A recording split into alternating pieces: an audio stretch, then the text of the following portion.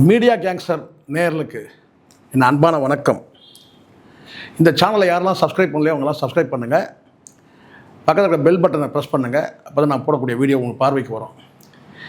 இந்த சினிமாக்காரங்களுக்கு பொதுவாக நான் சொல்கிறேன், யாரையும் நான் குறை சொல்லணும்னு அவசியம் இல்லை. நீங்கள் நிஜத்தை படமாக்குறேன்னு சொல்லி ஒரு படத்தை எடுக்கும்போது அந்த நிஜத்தை அப்படியே சொல்கிறதுக்கு துணிவு இருந்தால் நீங்கள் சொல்லுங்கள். இது ஒரு பொதுவான கருத்து தான் நான் சொல்கிறேன். ஒரு நிஜத்தை நீங்கள் படமாக எடுக்கிறேன்னு சொல்லி நீங்கள் சொன்னீங்கன்னா, வெறும் கற்பனைன்னு சொன்னால் பிரச்சனையே இல்லை. ஆனால் நாங்கள் நிஜத்தை படமாக எடுக்கிறோன்னு சொன்னால் அந்த நிஜத்தை நீங்கள் அப்படியே உள்ளபடியே சொல்லணும். அதுக்கு துணிவு வேணும், பெரிய தைரியம் வேணும், அதுக்கெல்லாம் துணிச்சல் வேணும். அது இல்லைங்க, என்னால் அப்படிலாம் முடியாதுங்க, நான் சினிமா அதை கன்வெர்ட் பண்ணுறேன்னு சொல்லி சில பேர் பண்ணிங்கன்னா தயவு செஞ்சு அதை செய்யாதீங்கன்றேன். தயவு செஞ்சு செய்யாதீங்க. முடிஞ்சால் இருக்கிற நிஜத்தை அப்படியே நீங்கள் காட்டுங்க. இல்லைங்க அது சாத்தியம் கிடையாதுங்க, அது சென்சாரில் பிரச்சனை ஆகும், அதில் பிரச்சனை ஆகும், இன்னொரு ஸ்டேட்டுக்கும் எனக்கும் பிரச்சனை வரும், இந்த ஸ்டேட்டுக்கு பிரச்சனை வரும், இந்திய இறையாண்மைக்கு பிரச்சனை வரும், அது வரும் இது வரும் சொன்னால் அப்போ நீங்கள் அந்த கதையை எடுக்கக்கூடாது. இது எதுக்காக சொல்கிறேன்னா, உங்களுக்கு நல்லாவே தெரியும், ஓம்னு ஒரு படம் நீங்கள் பார்த்துருப்பீங்க. தனுஷ் அவர்களது ஓம்னு ஒரு படம். அந்த படத்தில் என்ன அடிப்படையான விஷயம்னு சொன்னால், கசிஞ்ச தகவல் மட்டும் நான் சொல்கிறேன். உங்களுக்கு தெரியும் இல்லையா, ஆந்திராவில் போய் மரம் வெட்ட போன கூலி தொழிலாளிகளை செம்மரக்கட்டையை வெட்டி கடத்துனாங்கன்னு சொல்லிட்டு ஆந்திர போலீஸ் சுட்டு கொன்னாங்க. 20 பேரை சுட்டு கொன்னாங்க. அந்த 20 பேரில் 15 பேருக்கு மேலே தமிழர்கள், தமிழ்நாட்டை சார்ந்தவர்கள். அது குறிப்பாக திருவண்ணாமலை, விழுப்புரம் இந்த பகுதியை சார்ந்தவங்க தான் அங்கே மரம் வெட்ட போயிட்டு கூலி தொழிலாளி. ஒரு நாளைக்கெல்லாம் மரம் வெட்டினா என்ன தந்துடுவாங்க கூலி. ஆனால் அந்த மரம் வெட்ட போனவங்க மரத்தை வெட்டி கடத்துனாங்கன்னு சொல்லிட்டு 15 பேர் காக்கா குருவியை சொல்கிற மாதிரி சுட்டு கொண்டாங்க. அதை பற்றி பெரிய ஒரு என்கவுண்டர்னு தான் சொன்னாங்க. அது பெரிய அளவில் தேசம் முழுவதும் பெரிய ஒரு பேசும் பொருளாகவே இல்லை. காக்கா குருவிக்கு சொல்கிற மாதிரி சுட்டு கொண்டாங்க. ஒரு விசாரணை கமிஷன் பேரளவுக்கு போட்டாங்க. அந்த விசாரணை கமிஷன் இன்னும் நடந்துக்கிட்டே இருக்குது. இன்னும் அது முடிவு வந்த மாதிரி தெரியல. அதுக்குள்ளே இப்போது அது ஒரு படமாக கூட எடுக்கிறதுக்கான வேலைகள் நடக்குது.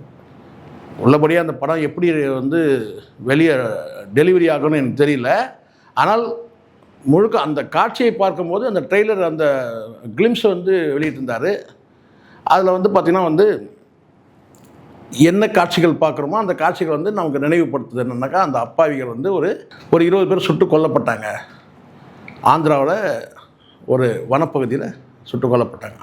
திருப்பதிக்கு பக்கத்தில் ஒரு வனப்பகுதி. ஸோ இது எதுக்கு இதை நான் இப்போ சொல்கிறேன்னா, ஒரு படத்தை எடுக்கிறாங்க. அந்த படத்தில் அந்த ப்ரொமோ, அந்த காட்சிகள், அந்த சொன்ன அந்த ட்ரெய்லர் காட்சிகளில் டீசர் காட்சியில் ஒரு ஒரு பார்ட் வைக்கிறாங்க. அந்த படம் முடிக்கும் போது எப்படி முடிப்பாங்கன்றது நமக்கு தெரியாது. ஏன்னா கடந்த காலத்தில் நிறைய இந்த நிஜத்தை எடுக்கிறேன்னு சொல்லிட்டு அதுக்கப்புறம் ஒரு கட்டத்தில் காம்ப்ரமைஸ் ஆகி இருக்கிற உண்மையும் பார்த்திங்கன்னா சொதப்பலாகி முடிச்சுடுவாங்க. அது மாதிரி நிறைய உதாரணங்கள் இருக்குது. நிஜத்தை வரலாற்று சம்பவம், உண்மை சம்பவம் அப்படின்னு சொல்லி எடுக்கிறவங்க. இதில் ஒரே கேள்வி மட்டும்தான் இந்த கேள்வி வைக்க வேண்டியது இருக்குது. சமீபத்தில் உங்களுக்கு புஷ்பா 1, புஷ்பா 2ன்னு சொல்லிட்டு ஒரு படம் வந்துச்சு ஆந்திராவில். இதே மாதிரி செம்மர கடத்தல், இதுதான் மரத்தை வெட்டி கடத்துறது. அதில் பார்த்திங்கன்னா சில காட்சிகள்லாம் நீங்கள் பார்த்துருப்பீங்க. அதை சர்ச்சை ஆக்கணும்னா ஆக்கலாம். ஆனால் அது யாரும் சர்ச்சை ஆக்கலை. எப்படின்னா, ஆந்திராவில் வெட்டி அது சென்னை வழியாக கொண்டு போகிற மாதிரி அதில் சில காட்சிகள்லாம் வச்சுருப்பாங்க. அது எளிதாக கடந்து போயிட்டாங்க. அதுனா சென்னை துறைமுகம் வழியாக கடத்திக்கிட்டு போகிற மாதிரி ஒரு அது வச்சுருப்பாங்க. அதுக்கே அனுமதிச்சிருக்கக்கூடாது அந்த காட்சிக்கு. ஏன்னா சென்னை துறைமுகம் தமிழ்நாட்டில் தானே இருக்கு. அப்போ கடத்தலுக்கு பார்த்திங்கன்னா நம்ம துறைமுகத்தை பயன்படுத்துகிற மாதிரி ஆகிடுது இல்லை. ஆனால் சம்பவம் நடக்கிறது ஆந்திராவில் நடக்குது. அதில் நடிச்சிருக்கிற நடிகர் அத்தனை பேரும் ஆந்திராவை சார்ந்த தெலுங்கர்கள். எங்கேயாவது ஒரு இடத்துல அப்பாவிகள் இந்த மாதிரியான சுட்டுக் கொல்லப்பட்டது ஒரு காட்சியாக வச்சுருக்காங்க அந்த படத்தில் கேட்டால் அதுவும் கூட கிடையாது. நான் சொல்கிறது புஷ்பா 1, 2 சொல்கிறேன். அந்த மாதிரி ஒரு சம்பவத்தை காட்டவே இல்லை. செம்மர கடத்தலை பண்ணக்கூடிய பெரிய டான் மாதிரி அவர் பார்த்திங்கன்னா போலீஸே பார்த்திங்கன்னா அவர்கிட்ட செயலற்று போகிற மாதிரியும், அப்படி ஏன் காவல்துறையை இழிவுபடுத்துகிற மாதிரி கூட சில காட்சிகள் அதை வச்சுருக்கோம். புஷ்பா 2ல் பார்த்திங்கன்னா அவர் நீச்சல் குளத்தில் விழுந்துருவார். இவர் ஒன்று கடிக்கிற மாதிரி ஒரு காட்சி. எதுக்கு இதெல்லாம் நான் சொல்கிறேன்னா, ஒரு நிஜத்தை நீங்கள் எடுக்கிறீங்கன்னா அதை முழுமையாக வந்து காட்டுங்க. உள்ளபடியே வந்து பார்த்தீங்கன்னா என்ன நடந்தது, எதுக்காக அந்த 20 பேர் கொல்லப்பட்டாங்க, இன்றைக்கி அந்த விசாரணை ஆணையத்தோட நிலை என்ன, இதெல்லாம் வந்து எடுக்க துணிவு இருந்தால் இதெல்லாம் எடுக்கணும். இந்திய சினிமாவில் யாருமே எடுக்கலைன்னு எவ்வளவோ உண்மை சம்பவங்களே எடுத்துருக்குறாங்க. துரந்தரில் பாருங்கள், துரந்தரில் எவ்வளோ காட்சிகள் இருக்குது. அதுக்கு மட்டும் எப்படி சென்சார் அனுமதி கிடச்சிது? அடுத்தது நீங்கள் எந்த படம் வேணாலும் நீங்கள் எடுத்துங்க. கேரளாவில் வந்து பார்த்திங்கன்னா வந்து டிரான்ஸ்னு ஒரு படம், அது வந்து மத ரீதியான கருத்துக்கள், எப்படி கிறிஸ்துவ மிஷினரி எப்படி வந்து பார்த்தீங்கன்னா இங்கே வந்து மூல செலவு பண்ணுறாங்க மக்களை, அப்பாவி மக்களை சொல்லிட்டு டிரான்ஸ்னு ஒரு படம். கேரளாவில் எப்படி அதுக்கு அனுமதி கிடச்சிது? எப்படி துறந்தருக்கு எப்படி அனுமதி கிடச்சிது? தமிழ் சினிமா கொஞ்சம் மாறணும்னு சொல்கிறேன். அது தனுஷ் எப்படி எடுப்பார்னு எனக்கு தெரியாது. ஓம்னு பேர் வச்சுருக்கிறாரு. அந்த ஓமுக்கு ஏதாவது மீனிங் ஏதாவது அதுக்கப்புறம் ஏதாவது புதுசாக என்ன கண்டுபிடிச்சி சொல்லுவாங்களான்னு தெரியாது. ஆனால் வந்து முழுக்க முழுக்க மரம் வெட்டுறது குறித்து தான். அந்த ஆந்திராவில் கொல்லப்பட்ட அந்த ஒரு 15 பேர் வந்து 20 பேர் கொண்ட அந்த துப்பாக்கி சூட்டில் வந்து ஒரு 15 பேர் இங்கேருந்து போன அப்பாவிகள் வந்து கொல்லப்பட்டாங்க. அதை வந்து காட்சிப்படுத்துகிற மாதிரி படம் எடுத்துருக்கதா சொல்கிறாங்க. அது எந்த அளவுக்கு படம் வந்து முழுசாக வரப்போகுதுன்னு தெரியல. இந்த சூழ்நிலை இது எதுக்காக இதுன்னா, இதை ஒரு கருத்து நான் இங்கே வைக்கிறேன்னு சொன்னால், சமீபத்தில் ஒரு கொடியை கூட அறிவிச்சிருந்தார். ஒரு பக்கம் வந்து ஒரு சென்சிட்டிவான சப்ஜெக்டை வந்து பூஜை போட்டிருக்கிறாரு, இன்னொரு பக்கம் கொடியை அறிவிச்சிருக்கிறார். கண்டிப்பாக சந்தேகமே வேண்டாம், அந்த 15 பேர் தமிழர்கள் வந்து ஆந்திரா வனப்பகுதியில் வந்து சுட்டு கொல்லப்பட்ட அந்த கதையை தான் படமாக எடுக்கிறார். ஏன்னா அது முழுக்க முழுக்க ஒரு அரசியல் ரீதியான, அதில் ஒரு அரசியல் இருக்க தானே செய்யுது. இங்கேருந்து போன அப்பாவிகள் வந்து மரத்தை கடத்துகிறாங்க. உண்மையாக மரத்தை வெட்ட சொன்ன முதலாளி யாரும் எதுவும் பண்ணவே இல்லை. எந்த முதலாளி, இப்போ புஷ்பா 1, 2ல் வந்து முதலாளி இருக்கார் இல்லையா, புஷ்பாவே முதலாளி தான், அல்லு அர்ஜுனாவே முதலாளி தான். ஒரு காலத்தில் தொழிலாளி வந்து வெட்டியிருக்கலாம், ஆனால் அவர் முதலாளி ஆகிடுறாருல, பெரிய டான் ஆகிடுறாருல, அப்போ அவர் வந்து முதலாளி தான்.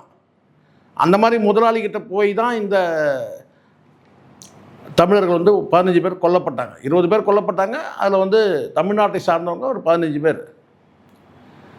அப்போ அந்த முதலாளி என்ன ஆனார்? அவரை வந்து விட்டாங்க. இப்போ படத்தில் என்ன பண்ண போகிறீங்க? இன்றைக்கி வரைக்கும் விசாரணை ஆணையத்துக்கு இன்றைக்கும் வந்து அப்படியே நிலுவையில் தான் இருக்குது. இன்னும் விடை தெரில, எதுக்காக சுட்டாங்க, ஏன் சுட்டாங்க. அப்போ வந்து உள்ளபடியே வந்து இவங்க செம்மர கடத்தல் தான் வெட்டுறதுக்கு தான் போனாங்களா? அப்போ இவங்களை அழைச்சது யார்? எந்த முதலாளி கூப்பிட்டாரு இந்த அப்பாவி தொழிலாளிகளை? இப்படிலாம் ஒரு கேள்வி இருக்குது. இதுக்கெல்லாம் விடை சொல்கிற மாதிரி அந்த படம் இருக்குமான்னு எனக்கு தெரியல. இந்த சச்சரவு இப்படி இருக்கும்போது ஒரு பெரிய சச்சரவு இருக்குது. ஆந்திராவில் ஜூனியர் என்டிஆர் அவர் வந்து ஒரு படம் எடுக்கிறார். அதாவது ஒரு படத்தில் நடிக்கிறார்.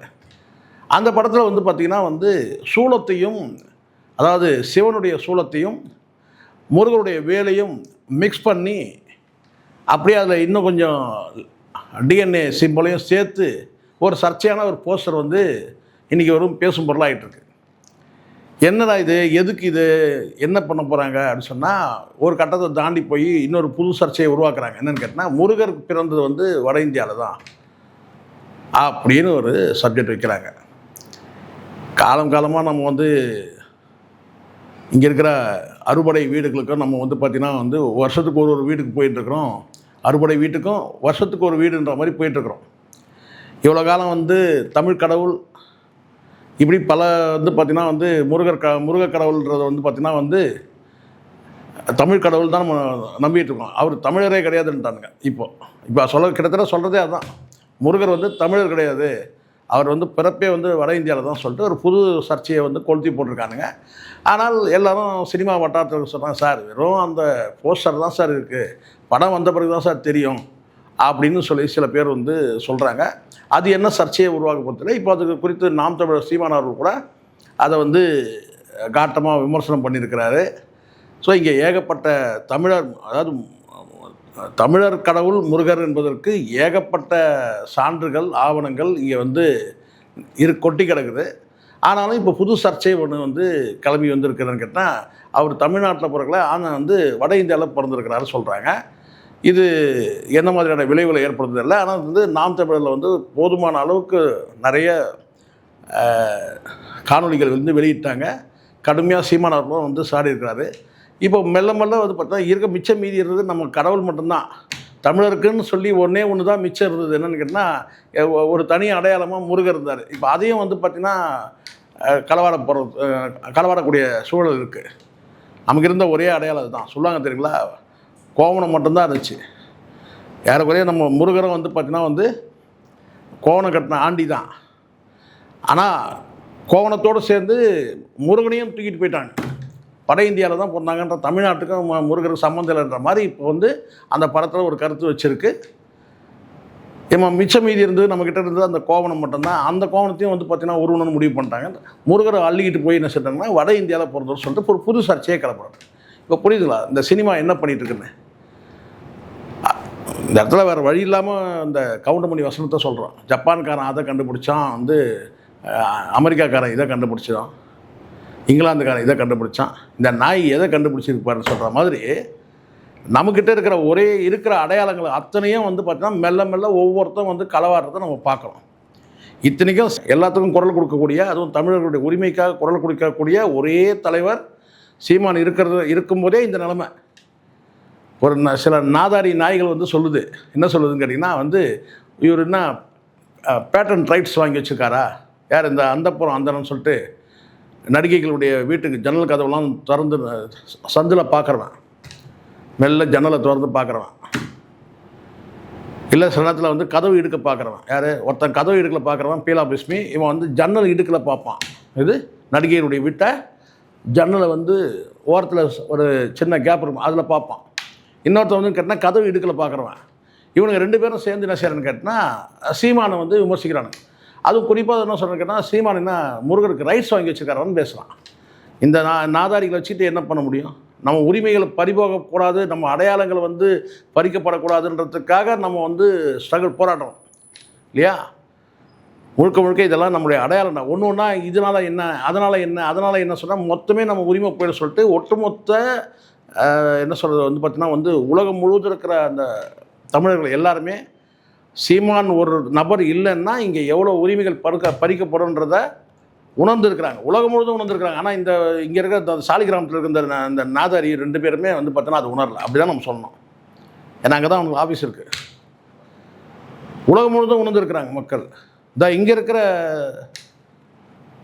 இந்த நாதாரி என்ன சொல்லுதுன்னா, ஒன்று என்ன சொல்லுது கேட்டால் 100 கோடி வாங்கிட்டாருன்னு சொல்லுது.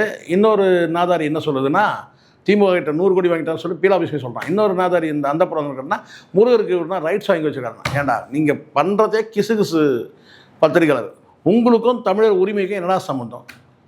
சீமான் பேரெல்லாம் பேசலாம், வேறு யாரா பேச முடியும்? வேறு யார் பேச முடியும்? தமிழர்களுக்கு இந்த ஒரு இன்னல்னா இன்றைக்கி வந்து சீமானை தவிர வேறு எந்த தலைவன் பேசுகிறாரு? நீங்கள் எடுத்துக்காட்டுங்க, யார் பேசுகிறாங்க? தமிழர்களுக்காக உரிமை கொடுக்கக்கூடிய யார் இருக்கிறாங்க? தமிழ் உரிமைக்கு குரல் கொடுக்கக்கூடிய நபர் எந்த தலைவர் இருக்கிறாங்க, யார் இருக்கிறாங்கன்னு நீங்கள் சொல்லு. ஆனால் என்ன பண்ணுறீங்க? கிண்டல் அடிச்சுன்னு உட்காந்துருக்கீங்க. நானும் பார்க்குறேன் அந்த வீடியோவில் அவர் வந்து முருகருக்கு இவருன்னா வந்து பேட்டன் ரைட்ஸ் வாங்கி வச்சுருக்காரா அப்படின்னு பேசுகிறான். இவனுங்கெல்லாம் எடுத்து பேசணுன்ற அவசியம் இல்லை. ஆனால் நம்ம இதை கடந்தும் போயிட முடியாதுல்ல, எளிதாக கடந்து போயிட முடியாது.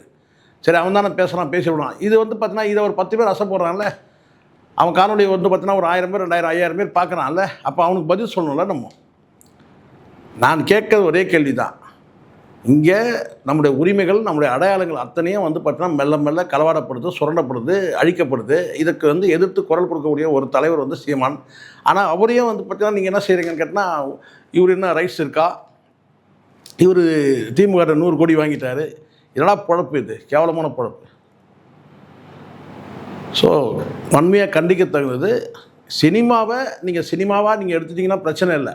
ஆனால் அந்த சினிமாவை வந்து நான் வந்து நிஜத்தை சொல்கிறேன் அப்படின்னு சொல்லிட்டு நீங்கள் சொல்லக்கூடியது வந்து கேட்டால், நிஜத்துலேயே வந்து பார்த்தீங்கன்னா வந்து உண்மையான நிஜம்னு இருக்குது.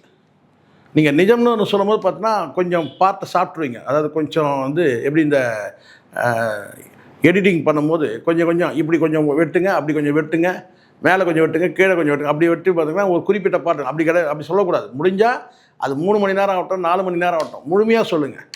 இதில் வந்து உங்களுக்கு தேவையானது ஆதாயமானதை மட்டுமே எடுத்துக்கிட்டு நீங்கள் வந்து என்ன சரி கேட்டால் இந்த கருத்தை திணிக்காதீங்க. இந்த வேலை ரொம்ப நாள் நடக்குது.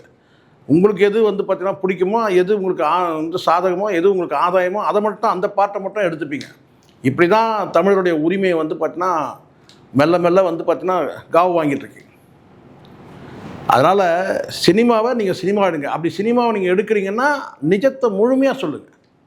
அது ஓம் படமாக இருக்கட்டும் அல்லது வந்து ஜூனியர் என்டிஆர் படமாக இருக்கட்டும். நன்றி, வணக்கம். எவ்வளோ நேரமா? 10 நிமிஷம்.